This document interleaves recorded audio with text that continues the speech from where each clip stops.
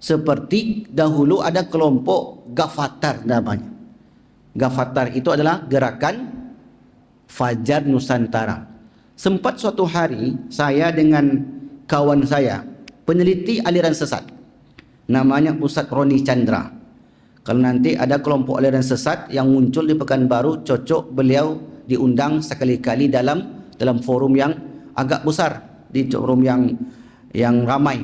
Sebab beliau menyampaikan sesuatu berdasarkan penelitian, bahkan dibuatkan bukunya. Maka ketika itu keluarlah bukunya yang berjudul Gafatar, Gerakan Fajar Nusantara.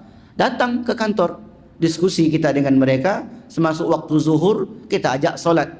Ayo Pak solat. Kami enggak solat. Kenapa enggak solat? Sekarang masih periode Makkah.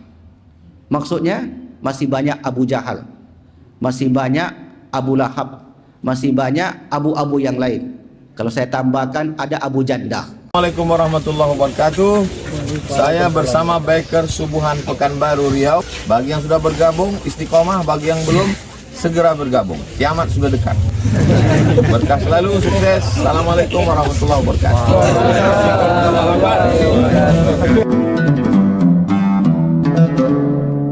Yukum ahsanu amalan. Alhamdulillahillazi ahyana ba'dama amatana wa ilaihin nusyur.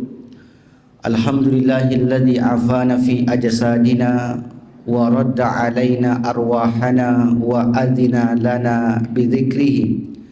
Ashhadu an la ilaha illallah wahdahu la syarika lah wa ashhadu anna Muhammadan abduhu wa rasuluhu la nabiyya ba'dahu. Allahumma salli wa sallim ala habibina wa sayyidina Muhammadin sallallahu alaihi wasallam. Kaum muslimin, Bapak Ibu hadirin hadirat yang dimuliakan Allah Subhanahu wa taala. Alhamdulillah, di pagi yang penuh keberkahan ini kita dapat kembali mengerjakan fardu subuh berjamaah yang kemudian dilanjutkan dengan halaqah ilmu taman-taman surga Allah di dunia. Kita berharap agar dari amalan-amalan yang kita lakukan, Allah mudahkan jalan kita menuju surga sebagaimana sabda Rasulullah, man salaka tariqan yaltamisu fihi ilman sahhalallahu lahu tariqan ilal jannah. Siapa yang menempuh suatu jalan dalam rangka menuntut ilmu, maka Allah Subhanahu wa taala akan mudahkan langkahnya menuju surga. Mudah-mudahan kita masuk dari bagian hadis ini. Amin ya rabbal alamin. Hadirin hadirat Bapak Ibu yang dimuliakan Allah Subhanahu wa taala, menyambung pembahasan tentang syafaat, tentang pertolongan untuk umat Muhammad sallallahu alaihi wasallam di akhirat kelak. Sebagaimana yang telah kita jelaskan, syafaat ataupun pertolongan itu bisa di dunia, bisa di alam kubur, dan juga bisa di akhirat. Pertolongan di dunia yaitu pertolongan Allah, pertolongan Al-Quran, dan pertolongan doa-doa dari kaum muslimin. Adapun pertolongan di alam barzah juga termasuk doa daripada kaum muslimin, yaitu memberikan pertolongan kepada orang-orang yang telah mendahului kita berupa doa, sedekah, kiriman daripada bacaan-bacaan ayat suci Al-Quran, dan juga istighfar kaum muslimin. Wa inna hadiyatal ahya, sesungguhnya hadiah orang yang hidup, ilal amwat, kepada orang yang telah meninggal, istighfarul lahum, istighfar orang yang hidup, wa du'a'u lahum, dan doa orang yang di dunia, was sadaqatu lahum, dan sedekah atas nama orang tua mereka, wal qira'atu lahum, dan bacaan yang diniatkan untuk orang yang telah mendahului. Maka mudah-mudahan kita senantiasa bisa memberikan pertolongan kepada orang-orang yang telah mendahului kita. Amin ya rabbal alamin. Dan juga pertolongan itu di akhirat. mulai dari berkumpulnya manusia di mahsyar, dilanjutkan dengan yaumil hisab, hari pemeriksaan, dilanjutkan lagi dengan yaumil mizan, hari di mana seluruh amal-amal manusia ditimbang, lalu pemberian catatan amal, sesudah itu melintasi titian sirat, dan sesudah itu syafaat. Syafaat terakhir dalam pembahasan kita yaitu syafaat al-uzma, syafaatul uzma, syafaat agung, syafaat baginda Rasulullah sallallahu alaihi wasallam. Untuk siapa saja syafaat Rasulullah ini? Yang pertama untuk orang-orang yang terjatuh ke dalam jurang neraka jahanam saat melintasi titian sirat. Syafaati lil ummati, syafaati lil ahlil kabairi min ummati. Syafaatku li ahlil kabairi, bagi pelaku dosa besar, min ummati, dari kalangan umatku. Dari hadis ini kemudian para ulama terbelah kepada 3 kelompok besar. Dari hadis yang singkat tadi, syafaati, syafaatku kata Nabi, li ahlil kabairi, bagi pelaku dosa besar selain syirik murtad. Min ummati, maka umatku nanti akan mendapatkan syafaat. Kemudian para ulama terbagi kepada 3 kelompok besar dalam memahami hadis ini. Kelompok yang pertama disebut dengan Khawarij. Khawarij itu adalah suatu kelompok yang mengkafir-kafirkan umat Islam, disebut Khawarij. Khawarij ini digagas oleh salah seorang tokohnya yang bernama Abdullah Ar-Rashidi. Abdullah Ar-Rashidi ini mengatakan bahwasanya orang yang melakukan dosa besar maka hukumnya kekal di neraka. Ini kelompok yang pertama. Ini kelompok ekstrim kanan. Jadi bagi mereka, siapapun yang melakukan dosa besar tidak ada ampun, bagi mereka hukumnya kafir dan bahkan halal darahnya. Inilah kelompok yang sangat ekstrim, sebab orang yang berbeda pandangan dengan mereka akan dicap sebagai kafir dan halal darahnya khalidina fiha, mereka itu kekal di dalam neraka. Ini kelompok sebelah kanan, ekstrim kanan.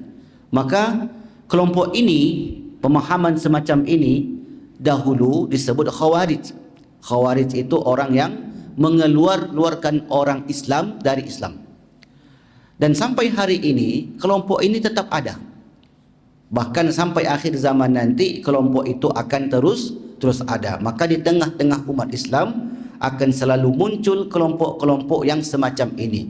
Yang tidak sepakat dengan dia maka dihukumi kafir, kekal dalam neraka, termasuk pelaku dosa besar. Makanya bagi orang-orang semacam ini, pelaku dosa besar itu seperti makan riba. Bagi mereka, orang yang makan riba maka hukumnya kafir, kekal di neraka. Pelaku dosa zina hukumnya kafir, kekal di neraka. Sedikit-sedikit masuk neraka, sedikit-sedikit masuk neraka. Maka inilah kelompok ekstrim kanan yang disebut dengan Khawarij. Ingat saja namanya Khawarij, dari kata kharaja, keluar, karena mengeluarkan kaum muslimin dari agamanya sendiri. Nah, kelompok kiri, ya kita menyebutnya kelompok kiri, ekstrim kiri, mereka ialah kelompok Mu'tazilah. Mu'tazilah.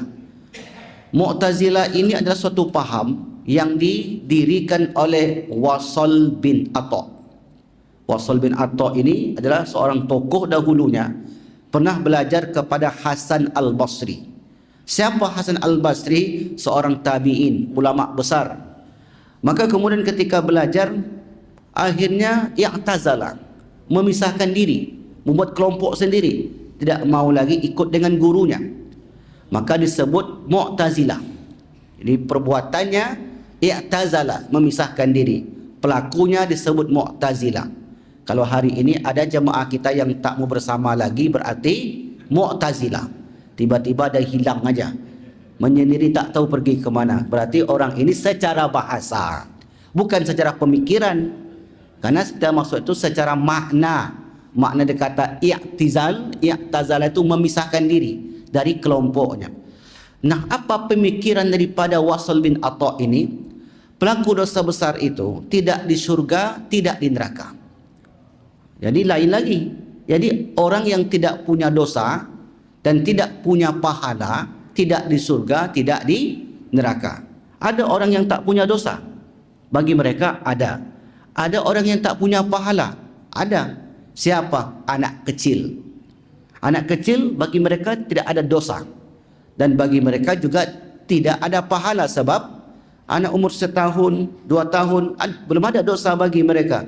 Maka kemudian orang-orang yang semacam ini apabila meninggal, maka akan ditempatkan nanti di antara surga dan neraka. Jadi tidak masuk surga, tidak masuk neraka. Manzila baina manzilatain.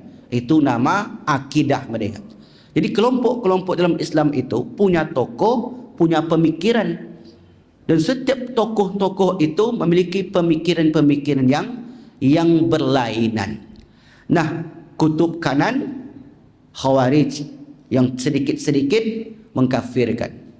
Adakah kelompok itu zaman sekarang? Kuatkanlah sedikit suaranya. Ada. Takut kali je sebutnya. Banyak.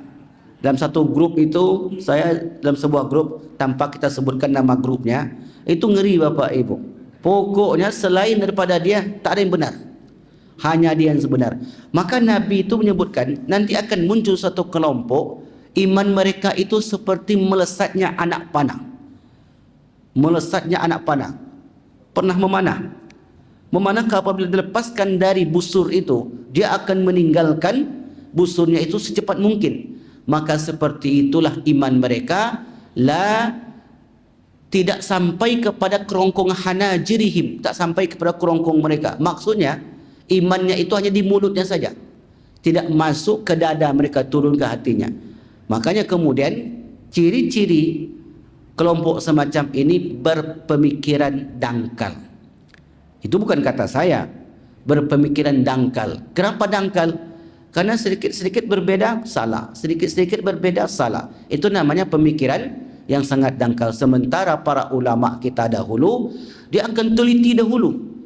Misalnya, man tarakas shalah faqad kafar. Siapa yang meninggalkan salat kafir. Dah kafir. Pokoknya nampak orang tak salat dia kafir. Kalau ulama yang di tengah-tengah, bukan ekstrim kanan ataupun ekstrim kiri, itulah ulama ahlus sunnah wal jamaah. Bagaimana mereka menyikapi ahli kabair tadi? Syafaatku li ahli kabairi, dari kalangan, dari pelaku dosa besar, dari kalangan umatku. Bagaimana ulama ahlus sunnah wal jamaah memahami hadis ini? Bagi mereka, lihat dulu konteksnya. Jangan terburu-buru untuk menghukumi seseorang. Harus lihat dengan teliti, harus diperiksa, harus ditanyain. Misalnya seperti kita sebutkan tadi, orang yang tidak solat. Banyak orang yang tak solat, banyak sekali. Kalaulah mereka dihukumi seperti hadis tadi, secara zahir teks. Zahir teks. Zahir itu tak perlu tengok yang lain, itu zahir teks namanya. Seperti disebutkan oleh hadis tadi, maka sudah, jangan diperdebatkan. Pokoknya kafir. Kalaulah seperti itu diterapkan, maka bagaimana dengan tempat penguburan orang itu kalau meninggal? Bagaimana nanti kalau dia memiliki harta warisan? Apakah anak istrinya dapat atau yang ditinggalkan dapat atau tidak? Kalau seandainya kafir, dapatkah orang yang ditinggalkan itu warisan? Dalam hukum Islam tidak dapat kalau kafir. Tapi kenyataannya tetap mereka mewarisi dari harta yang mereka tinggalkan. Bermakna mereka itu bukan kafir. Makanya ulama ahlus sunnah wal jamaah, kalau disebut ahlus sunnah wal jamaah, kembali kepada 3. Jadi kalau disebut ahlus sunnah wal jamaah, tokoh sentralnya dalam bidang akidah itu kembali kepada 3. Jadi begini Bapak Ibu, setiap ulama itu ada spesialisasi, ada yang lebih menonjol. Kalau disebut di bidang akidah 3. yang menonjol. Kalau disebut di bidang fikih yang dibahas oleh Dr. Mawardi, 4 yang paling menonjol. Bukan berarti hanya 4 yang paling menonjol. Kalau disebut di bidang tasawuf, tanya nanti Ustaz Fajriansa, itu minimal ada 2. Di bidang akidah 3, di bidang fikih 4, di bidang tasawuf biasanya 2. Siapa yang di bidang akidah ini 3 tersebut? Yang pertama yang paling tua ialah Abu Ja'far Tahawi. Itu namanya Abu Ja'far Tahawi, seorang ulama yang berasal dari Mesir. Maka kemudian Abu Ja'far Tahawi ini menulis sebuah kitab yang berjudul Aqidah Tahawiyah. Itulah rujukan yang pertama. Yang kedua, ulama di bidang akidah yang populer, yang menjadi tokoh sentral, yaitu Abu Mansur Al-Maturidi. Itu namanya Abu Mansur Al-Maturidi. Al-Maturidi itu nama daerahnya. Tahawiyah itu juga nama daerahnya. Yang ketiga, namanya pasti Bapak Ibu akrab, Abul Hasan Al-Ash'ari. Jadi kalau disebut tokoh akidah, pasti merujuk kepada yang 3 ini. Yang paling tua Abu Ja'far Tahawi, dari Tahawiyah di Mesir, tumbuh berkembang di Mesir.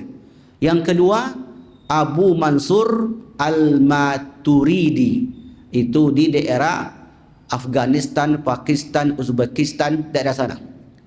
Yang satu lagi bernama Abul Hasan Al-Ash'ari, berkembang di Irak, menyebar ke seluruh Jazirah Arab, dan paham itu sampai ke negeri kita Nusantara. Maka di Indonesia ini kebanyakan menganut paham akidah. Paham akidah itu bukan berarti membuat paham baru. Bukan paham baru, tetap pemahaman dari sunnah Al-Quran dan hadis. Hanya saja dalam memahami teks hadis tadi, teks hadis, syafaati li ahlil kabairi min ummati, syafaatku bagi pelaku dosa besar. Karena teks hadis itu tidak bisa dicerna secara mentah-mentah, mesti didiskusikan.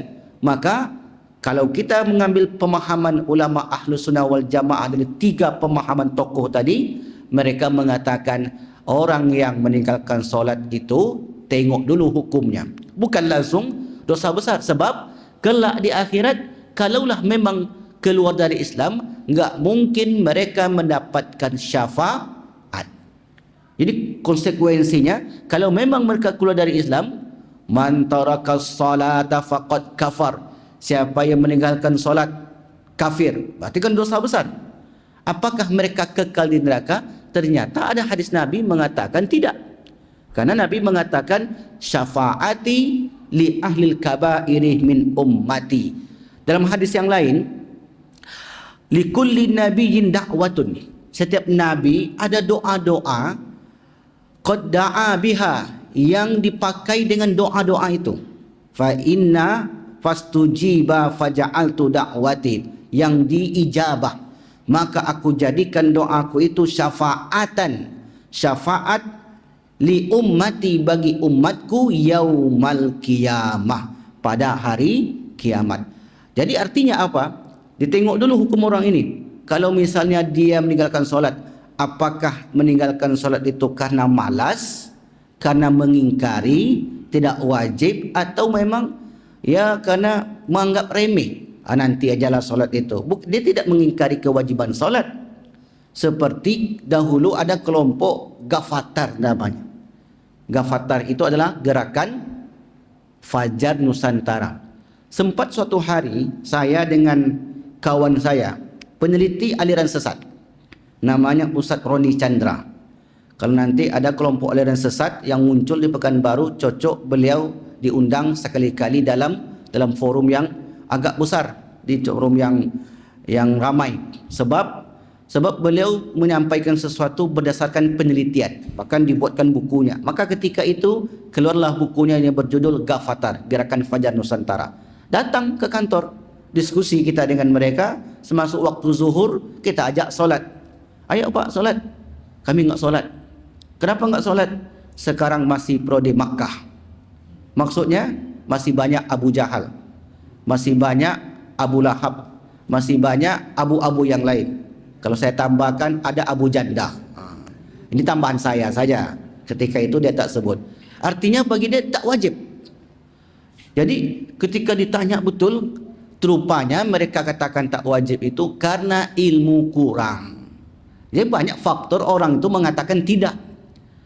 An-nasu a'da'u ma jahilu. Manusia itu akan memusuhi apa yang dia katakan. Dan orang ini tidak dihukumi kafir. Kenapa? Karena dia mengatakan sesuatu karena keawaman dia, bukan karena keingkarannya. Dia tak mengingkari, hanya saja karena ilmunya dangkal, sehingga kemudian dia katakan masih pro di Mekah. Padahal Rasul hijrah sudah 14 abad yang lalu. Jadi macam-macam lah kelompok di Pekanbaru ni Bapak Ibu. Suatu hari saya pernah diberi buku oleh seorang ibu-ibu. Jadi buku itu tebal sekali segini. Jadi buku itu rupanya isi daripada pengajian mak dia dengan gurunya, bukan dia. Jadi ibu ini kisah kira-kira umurnya 40-50 tahun, dia punya mak. Maknya ni sudah umur 78 tahun. Kiranya sudah tua sekali. Dia belajar dengan seorang ustaz, lalu kemudian catatan-catatan itu diberikan ke saya.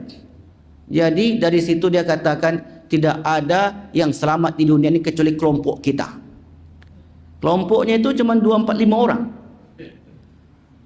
Kalau mau cepat lagi masuk surga, maka boleh membayar.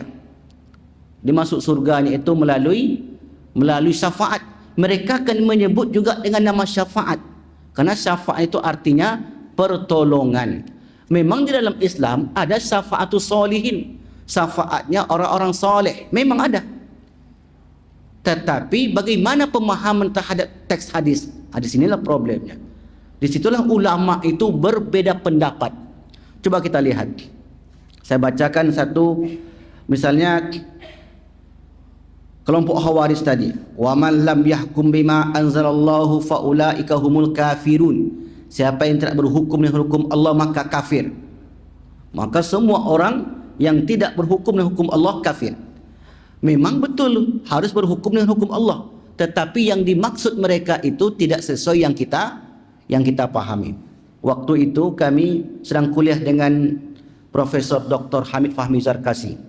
Jadi kata beliau, di Indonesia ini pada dasarnya sudah menerapkan hukum Islam, tetapi tidak secara zahir. Substansi daripada penerapan sebagian hukum kita ini sudah masuk hukum Islam. Hanya hukum hudud saja yang tidak, kata beliau. Hukum hudud itu hukum pancung, itu saja yang tidak. Selebihnya tolong menolong, keadilan. Adapun problem daripada pemimpin yang tak adil itu lain hal, itu pribadinya. Tapi kalau hukumnya itu diterapkan dahulu oleh the founding father kita berdasarkan agama Islam, tapi diramu dengan bahasa yang halus, ketuhanan yang Maha Esa, dirangkum dengan Pancasila, ketuhanan yang Maha Esa. Yang kedua, nanti dites nanti Pancasila kita enggak NKRI katanya. Dah lupa Pancasila. Ketuhanan yang Maha Esa. Kedua, kemanusiaan yang adil dan beradab. Manusia adil dan beradab ini Islam atau bukan? Jelas nilai keislaman, cuma diramu dengan bahasa yang halus. Yang ketiga, persatuan Indonesia. Alhamdulillah, masih ingat rupanya. Khawatir saya sudah lupa tadi. Sudah lama tak ikut upacara pagi. Kecuali Pak Abdul Qadir, wajib bagi dia. Yang keempat, kerakyatan yang dipimpin oleh hikmah dan kebijaksanaan. Hikmah, bijaksana itu sebenarnya satu makna secara umum, tapi hikmah itu tersendiri, bijaksana itu tersendiri, walaupun memiliki persamaan makna. Ada irisan-irisan yang sama di sana. Apa tadi yang keempat?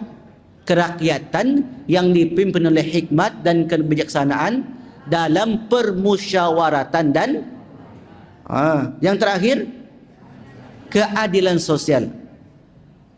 Ini semua didasari dari nilai-nilai Islam. Makanya ketika itu sebenarnya para pendiri bangsa kita ini sangat pandai sekali dalam meramu tu. Tidak ekstrim dalam menetapkan pokoknya harus begini. Tidak, dia pandai sekali sehingga kemudian terjadilah saling cinta di antara pemeluk-pemeluk agama yang ada di Indonesia ini. Jadi di situ problemnya ketika memahami hadis-hadis tentang dosa besar tadi. Maka oleh karenanya ulama-ulama Ahlus Sunnah wal Jamaah memandang walaupun mereka itu meninggalkan solat, tapi mereka tidak ada hukum kafir. Kelak di akhirat berhak untuk mendapatkan syafaat. Karena kalau tidak Muslim, tidak berhak mendapatkan syafaat. Maka mereka akan kekal di dalam neraka tadi. Oleh sebab itu, siapa yang tidak berhukum dengan hukum Allah maka kafir. Sebenarnya kita sudah berhukum hukum Allah. Besok kita kurban, kemudian pemerintah mendukung, kemudian perayaan Maulid Nabi, perayaan hanya saja hari ini tahun 77 itu Bapak Ibu sudah mulai pemahaman sekuler masuk ke Indonesia, sehingga kemudian pendidikan kita sedikit demi sedikit sudah mulai bergeser, mengalami degradasi. Maka kemudian pemahaman agama sudah mulai menipis disebabkan pemahaman sekuler menguat. Karena di satu sisi pemahaman sekuler itu dikuatkan oleh program-program barat, sementara pemahaman Islam sudah mulai melemah ketika itu. Kalau sedikit saya lebarkan keluar sedikit pembahasan ini, maka kemudian pada tahun 1977 seorang tokoh yang bernama Said Naqib Al-Attas. Pernah dengar nama ini? Said Naqib Al-Attas, seorang pemikir di Malaysia, asal Bandung, orang kita, tapi kemudian berkembang di Malaysia. Dan pemikirannya itu luar biasa, memberi pengaruh yang luar biasa terhadap dunia Islam. Dia kumpulkanlah dunia Islam, ulama-ulama sedunia ketika itu berkumpul di Mekah 1977. Alhamdulillah yang tidak hadir hanya dari Indonesia. Selebihnya hadir, dari mana-mana hadir kecuali dari Indonesia. Merumuskan satu konsep mengapa umat Islam mundur. Apakah karena umat Islam itu malas? Apakah karena umat Islam itu tak mau berbuat? Macam-macam. Ada 3 faktor kata beliau. Yang pertama, karena kerusaknya ilmu pengetahuan. Itu yang pertama. Makanya kemudian dirumuskanlah ilmu itu harus dikembalikan lagi kepada asalnya. Rusaknya ilmu. Yang kedua, loss of adab, rusaknya adab. Coba kita tengok hari ini. Anak-anak kita berilmu tetapi adabnya tidak ada. Karena barat memang begitu. Di barat itu diadopsi pemikirannya ke dunia Islam, hingga kemudian apa yang berlaku di barat berlakulah di negeri kita. Yang ketiga, the fall of leader, pemimpinnya akan dirusak. 3 inilah. 3 ini faktor utama kata mereka. Adapun yang lain itu efek daripada yang 3 ini. Sebab 3 ini menjadi kunci daripada rusaknya pemahaman tadi. Nah, akibatnya apa? Akibatnya rusak pemahaman ilmu, knowledge tadi, confuse of knowledge. Rusaknya ilmu itu berusaknya dalam pemahaman. Rusaknya pemahaman ketika memahami teks-teks hadis Nabi ataupun ayat Al-Quran, justru tentu akan merusak pemahaman pula. Jadi pemahaman yang ada yang kita tengok hari ini, rusaknya pemahaman itu, munculnya aliran sesat, munculnya orang begini, munculnya begini, itu didasari karena rusaknya pengetahuan. Rusaknya pengetahuan itu confuse. Confuse itu adalah kebingungan. Bingung, mana yang benar sekarang ini? Semua nampaknya benar, semua nampaknya salah. Itu diawali dari pemahaman barat tadi. Nah, terlalu luas saya bawa keluar, saya masukkan lagi ke dalam. Oleh karenanya, ketika tadi kita melihat teks hadis, kemudian banyak ulama yang berbeza pendapat, itu disebabkan karena pemahaman yang terlalu tekstual. Muncullah 3 kelompok besar. Ekstrim kanan disebut dengan Khawarij. Nah, dasar mereka, siapa yang tak berhukum dengan hukum Islam, kafir. Maka kita dituduh sebagai pemahaman kafir karena dianggap tidak berhukum dengan hukum Islam. Pihak kiri, ekstrem kiri, Mu'tazilah, orang yang menyendiri dari majlisnya Wasal bin Atha. Namanya Wasal bin Atha, menyendiri memisahkan diri dari Hasan Al-Basri, seorang tabi'in yang hidup abad ke-1 dan abad ke-2 Hijriah. Nah, pemahaman mereka ini, orang-orang yang pelaku dosa tadi, maka mereka itu di neraka. Sementara pemahaman Ahlus Sunnah wal Jamaah, mereka itu tidak kekal di neraka. Tengok dulu, kalau dia malas meninggalkan salat, fasik saja, hukumnya berdosa. Kalau mereka bertaubat, sebanyak apapun taubat mereka, maka mereka akan ditaubat mereka akan diterima. Nah, pemahaman ini berdasarkan dalil. Apa kata Allah SWT? Innallaha la yaghfiru ay yushraka bihi wa yaghfiru ma duna dzalika liman yasha. Sesungguhnya Allah tidak mengampuni dosa pelaku syirik, tetapi mengampuni dosa selain itu. Maknanya apa? Maknanya mereka berhak untuk mendapatkan syafaat Rasul dan syafaat-syafaat yang lain, dan kelak berhak untuk masuk ke dalam surga. Persoalan lama sebentar di dalam neraka itu tergantung dengan dosa mereka. Bisa jadi memang dalam sudut pandangan kita orang ini dosanya banyak, tapi kemudian di akhir hayat taubatan nasuha. Bagaimana dengan orang semacam ini? Allah ampunkan dosanya, masuk surga. Begitu kasih sayangnya Allah. Maka kalau semacam itu saja Allah masukkan surga, apalagi kita yang sudah istiqomah ini. Dulu ada kisah di zaman Bani Israel. Ada seorang ya, sebut kita akan sangat kejam sekali, sudah membunuh 99 nyawa. Akhirnya kemudian dia bertemu dengan seorang tokoh agama di zaman itu. Dia bertanya, wahai syekh, wahai ulama, dan panggilan mereka, wahai rahib, saya telah membunuh 99 nyawa. Apakah ada pintu taubat bagiku? Bagi rahib ini tidak ada. Engkau kekal di neraka. Akhirnya kemudian dibunuhlah orang ini, genap 100. Lalu kemudian dia cari lagi. Akhirnya kemudian bertemu dengan ulama yang benar-benar ulama. Dia bertanya, wahai syekh, wahai alim, saya telah melakukan begini, begitu, begini dan begitu. Apakah ada pintu taubat bagi saya? Apa kata dia? Allah membuka pintu taubatnya di siang hari bagi orang berdosa pada malam hari. Yabsutu yadahu fil laili, membuka tangannya, maksudnya ampunannya bagi orang yang berlaku dosa pada malam hari, dan membuka ampunannya, membuka tangannya, ampunannya bagi orang berdosa pada siang hari jika malamnya dia bertobat. Tapi kadang siang dia berdosa, malam dia bertobat, malam berdosa, malam bertobat. Karena begitulah Allah Tawwabur Rahim. Allah senantiasa menerima taubat seorang hamba. Kita pasti setiap hari pasti melakukan dosa. Yang berbeda kadarnya saja. Ada yang dosa banyak, ada dosa sedikit, tapi setiap hari pasti kita berdosa. Kalaulah bapak-bapak ini sudah nongkrong di warung kopi, banyak dia tengoknya. Iya nak Pak? Kemarin saya ngopi dengan kawan-kawan. Kemudian ini cerita saya lah sedikit nih. Datanglah di situ, ya kita ngopi itu kan silaturahim, kan itu tempat yang strategis. Datanglah orang menawarkan rokok, Pak. Masya Allah, pakai baju merah, ada baju merah, rambut merah, pipi merah, apa lagi? Bibir merah. Pokoknya menengok yang merah-merah tu merah mata dia. Ditawarkanlah, Bapak merokok, kata dia. Kami enggak merokok. Boleh enggak foto Pak? Jangan-jangan saya bilang. Nanti masuk media sosial bahaya. Tampak pula Ustaz Wandi rupanya sudah dekat dengan semuanya. Framing sekarang ni ngeri Pak. Jangan, saya bilang.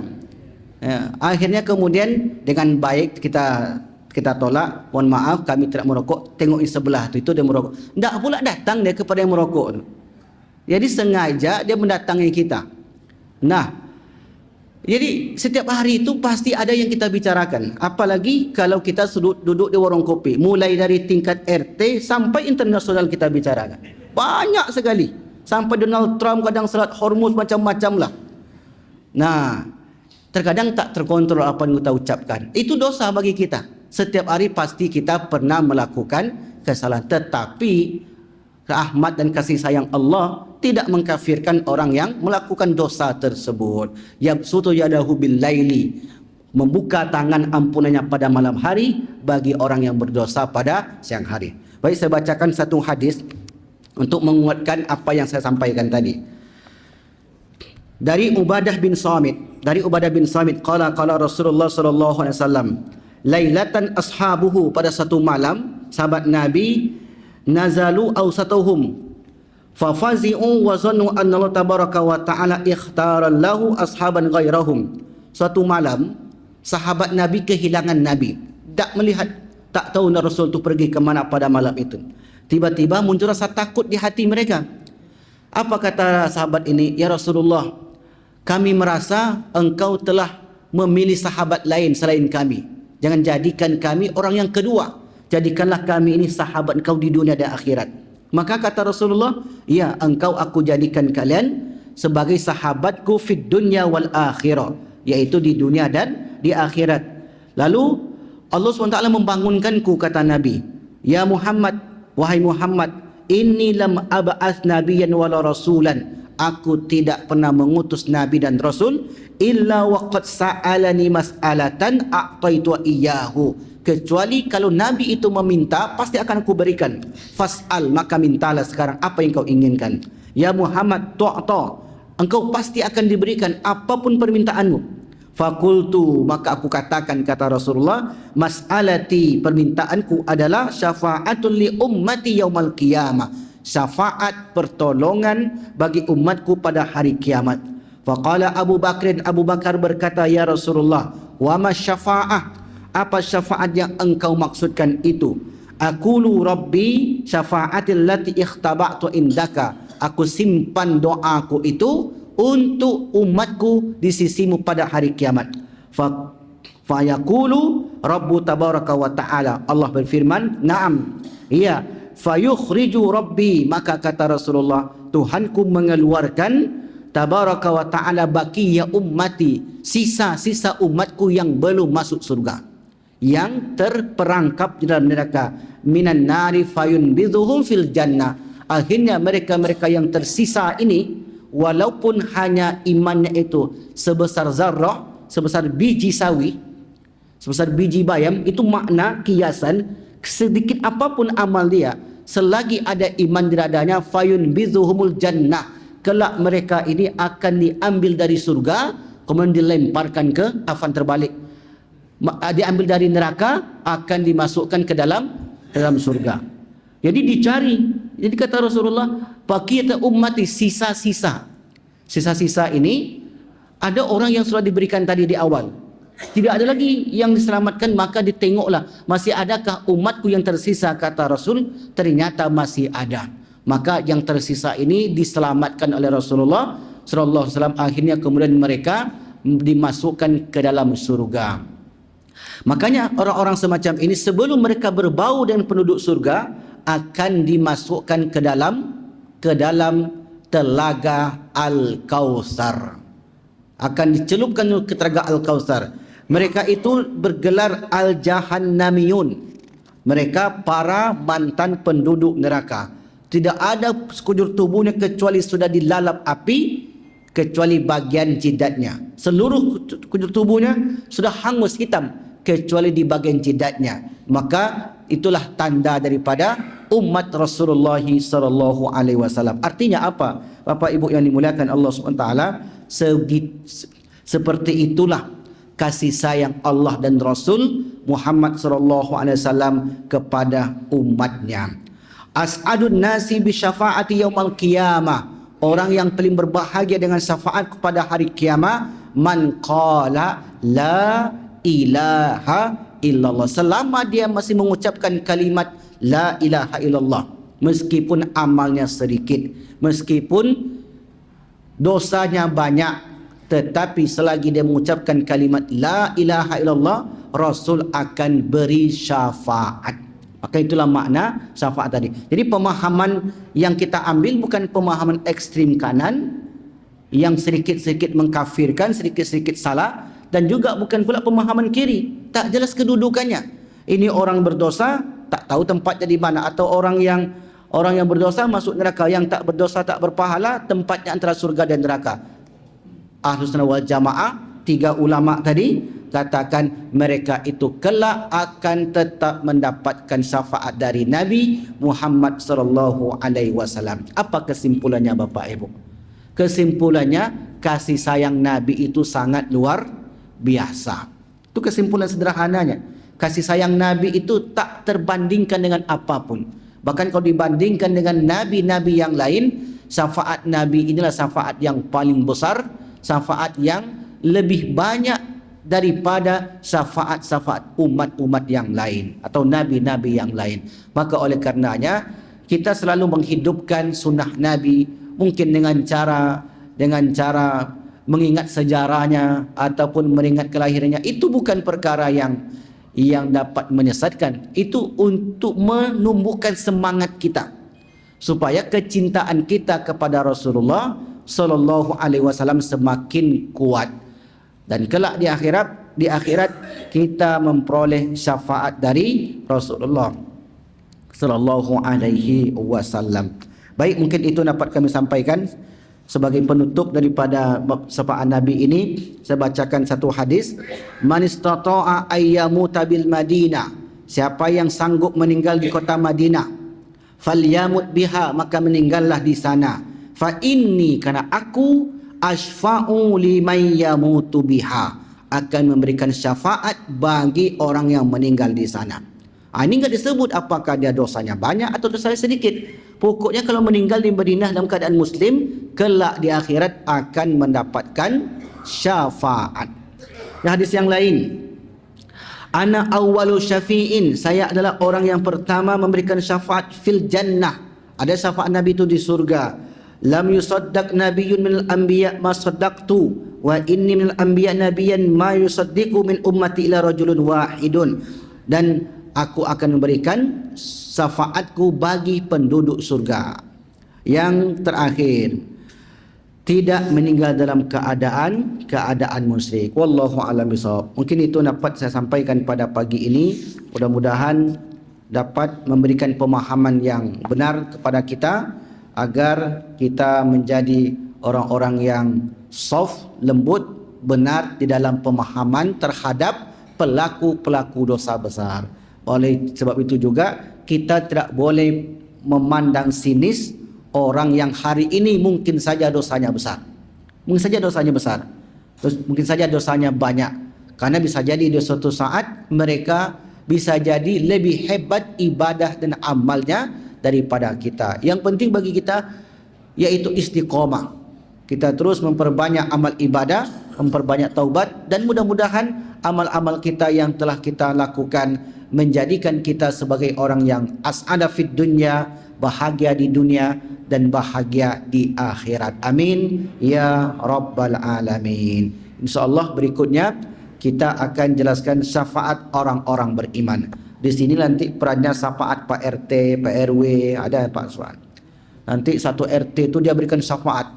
Kalau RT-nya masuk surga, kalau RT-nya tak masuk surga, jadi nanti ada RT, ada satu kelompok kabilahnya. Lalu kabilah itu dia akan berikan syafaat. Kalau dia ketua masjid, ya siapa anggotanya akan dibawa ke masuk ke sana. InsyaAllah. Maka mudah-mudahan kita diberi keistiqomahan iman.